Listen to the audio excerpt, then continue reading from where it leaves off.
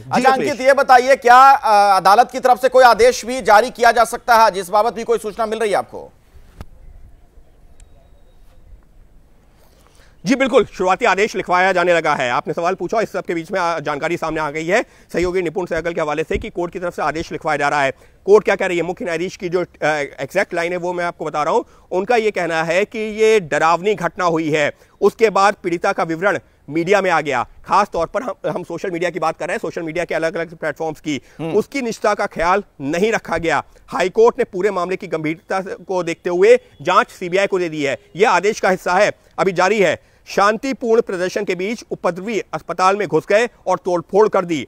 हम समझ पाने में असमर्थ हैं कि पुलिस इसे क्यों नहीं रोक पाई। ये लीजिए, कोर्ट जो अपना शुरुआती आदेश दे रहा है, हालांकि मामले की सुनवाई आगे जारी रहेगी, लेकिन आज की जो जितनी सुनवाई हुई है उस पर ये जो कोर्ट का आदेश है, कोर्ट एक तरह से पुलिस के रवैये पर भी सवाल खड़े कर रही है।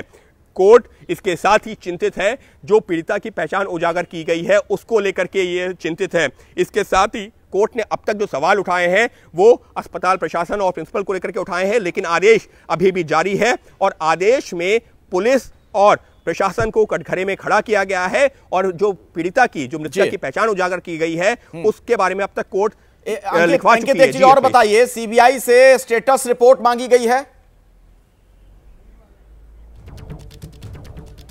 जी बिल्कुल, वो जब मामले की सुनवाई शुरू हुई थी उसी के 10 मिनट के अंदर कोर्ट ने कह दिया था कि स्टेटस रिपोर्ट दीजिए, गुरुवार को हम ये फिर से सुनवाई करेंगे। लेकिन इस सबके बीच में जो 5-6 सवाल पूछ लिए हैं, एक तरह से अब जब गुरुवार को सुनवाई होगी तो गुरुवार की सुनवाई के दौरान पश्चिम बंगाल सरकार के वकील को उन सवालों का जवाब देना होगा। लेकिन इस सबके बीच में जो सीबीआई को स्टेटस रिपोर्ट देनी है वो अपने आप में महत्वपूर्ण हो जाती है। क्यों? क्योंकि सीबीआई इस मामले में पिछले करीबन 1 हफ्ते से जांच कर रही है और उसकी तरफ से अब तक जांच को सिर्फ आगे बढ़ाया गया है। लेकिन क्या कुछ हुआ है अब सुप्रीम कोर्ट को बताना होगा। हालांकि कल कोलकाता हाईकोर्ट में भी इस मामले की सुनवाई है जो सीबीआई के मामले की है, लेकिन उसके साथ ही में जिस तरीके से तोड़फोड़ हुई थी वो मामला भी आएगा। लेकिन अब सुप्रीम कोर्ट में स्टेटस रिपोर्ट देनी होगी सीबीआई को गुरुवार को। जी बिल्कुल, अपने दर्शकों को बता दें अभी की बड़ी खबर, ये पूरा मामला अब देश की सबसे बड़ी अदालत में पहुंच चुका है। दरअसल स्वतः संज्ञान लिया है सुप्रीम कोर्ट ने, यानी सुओ मोटो एक्शन लिया है और खुद चीफ जस्टिस की यह बेंच है यानी सीजेआई भी वहां पर उपस्थित हैं।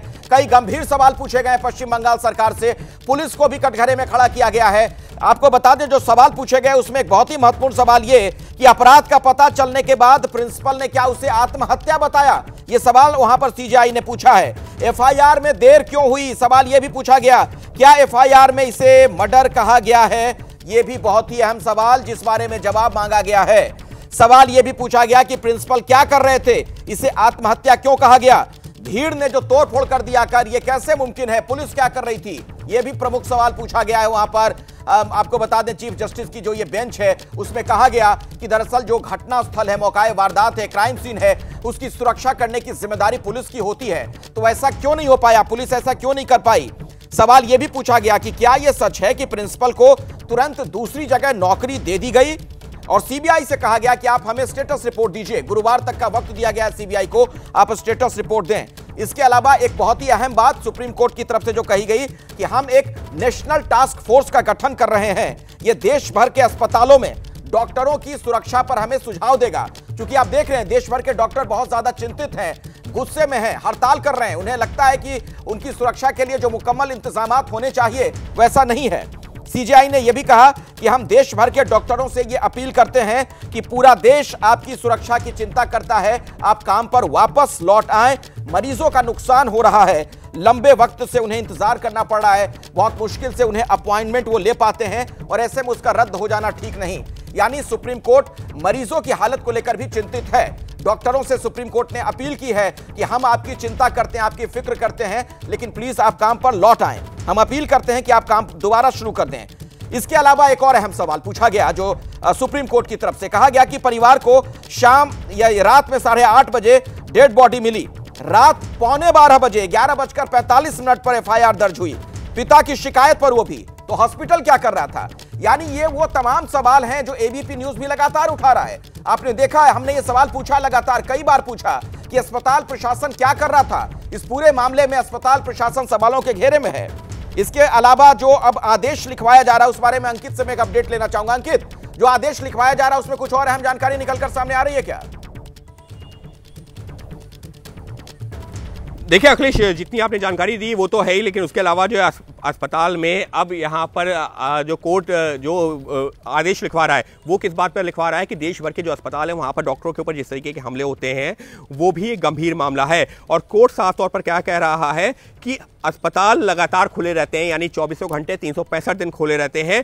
पहले भी ड्यूटी के दौरान स्वास्थ्य कर्मियों के साथ हिंसा की घटनाएं हुई हैं, हम इससे चुपचाप नहीं देख सकते।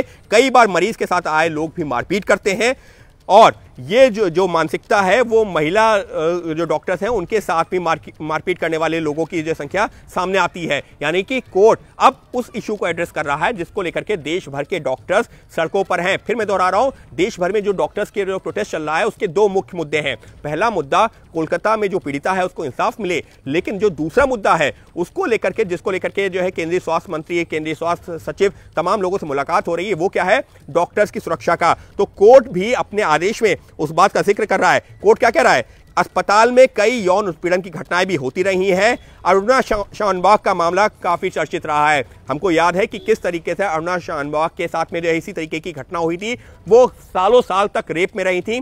एक ये भी चला था कि मर्सी डेथ की जो है मामला भी सुप्रीम कोर्ट में आया था अरुणा शानबाग के मामले में। तो सुप्रीम कोर्ट ने उस मामले का भी जिक्र किया है कि किस तरीके से अरुणा शानबाग का आज से 30 साल पहले का मामला हो या ये मामला, कुछ नहीं बदला है। और डॉक्टरों की सुरक्षा एक महत्वपूर्ण मुद्दा है। मुख्य न्यायाधीश का आदेश जारी है, हम एक और रेप के मामले का इंतजार नहीं कर सकते। अखिलेश, बहुत बड़ी टिप्पणी कि अब हम एक और रेप के मामले का, एक और बलात्कार के मामले का, घनिष्ठतम अपराध का इंतजार नहीं कर सकते। काम के हालात में सुधार जरूरी है। स्वास्थ्य सेवाओं में महिलाओं की संख्या लगातार बढ़ रही है, सही टॉयलेट तक की व्यवस्था नहीं है, सुरक्षित ट्रांसपोर्ट की व्यवस्था नहीं है। अखिलेश, ये बातें जो डॉक्टर्स सड़कों पर कर रहे थे अपनी मांगों को लेकर के, जिसको लेकर के वो प्रदर्शन कर रहे थे, अब सुप्रीम कोर्ट ने उसको एड्रेस करना शुरू किया है। सुप्रीम कोर्ट साफ तौर पर कह रहा है कि ये गंभीर मामला है। एक तरफ हम उम्मीद करते हैं कि महिलाएं, डॉक्टर्स महिलाओं की संख्या बढ़े, वो इस प्रोफेशन में आए। दूसरी तरफ उनके लिए टॉयलेट तक की व्यवस्था नहीं है, सुरक्षित यातायात नहीं कर सकती हैं, उनके ऊपर हमले होते हैं।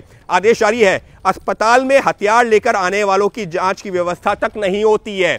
लीजिए, यह भी एक मुख्य मुद्दा था जिसका जिक्र सुप्रीम कोर्ट ने कहा है कि अस्पताल में लोग आ जाते हैं, उनके पास हथियार होते हैं, लेकिन कोई जांच की व्यवस्था नहीं होती। और ये वो बातें हैं अखिलेश जो जिसको लेकर के डॉक्टर्स पिछले कई दिनों से लगातार सड़कों पर हैं और उनका यही कहना है कि उसके लिए उनको एक कानून चाहिए। सुप्रीम कोर्ट क्या कह रही है कि हम नेशनल टास्क फोर्स बना रहे हैं, यानी कि जो बात अभी सुनवाई के दौरान कोर्ट ने कही थी, अब अपने आदेश में उस बात का जिक्र कर दिया है कि हम इन्हीं चीजों को देखते हुए एक नेशनल टास्क फोर्स का गठन कर रहे हैं, जिसका काम क्या होगा, अस्पतालों में स्थिति का जायजा ले, अध्ययन करे, डॉक्टर्स को क्या जरूरत है, किस तरीके से उनकी सुरक्षा बढ़ाई जा सकती है, अस्पताल में जो टॉयलेट्स या ट्रांसपोर्ट जैसी व्यवस्था, और महिला डॉक्टर्स को क्या जरूरत है, कैसे उनको किसी भी तरीके के उत्पीड़न से बचाया जा सकता है। इन तमाम पहलुओं पर नेशनल टास्क फोर्स बड़ी खबर अपने दर्शकों को बता दें, कोर्ट का जो आदेश लिखवाया जा रहा है उसमें एक अहम बात यह भी नेशनल टास्क फोर्स के गठन की बात कही गई है।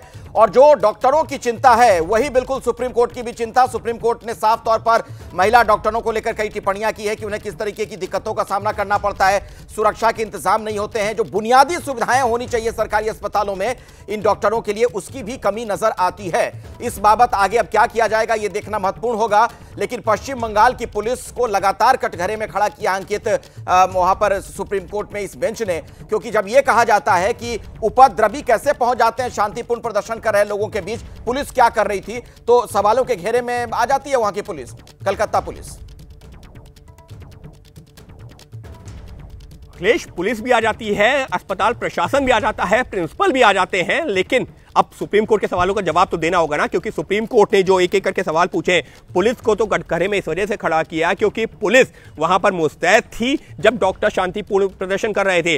उसी में उपद्रवी अस्पताल के अंदर पहुंच जाते, तोड़फोड़ करने लगते हैं, और कहां तक, जहां पर महिला डॉक्टर के साथ में ये जघन्य अपराध हुआ, सबूत मिटाने की कोशिश की जाती है और पुलिस वहां पर खड़ी रहती है। बाद में काफी देर बाद कार्रवाई होती है और प्रिंसिपल और अस्पताल प्रशासन के नजर आ रहा है। जो टिप्पणियां सुप्रीम कोर्ट की हैं, जाहिर तौर पर मुश्किलें बढ़ सकती हैं, ना सिर्फ वहां के प्रशासन की, पुलिस की, सरकार को लेकर भी दिक्कत वहां पर हो सकती है। इन तमाम बड़ी खबरों पर लगातार हमारी नजर बनी हुई है।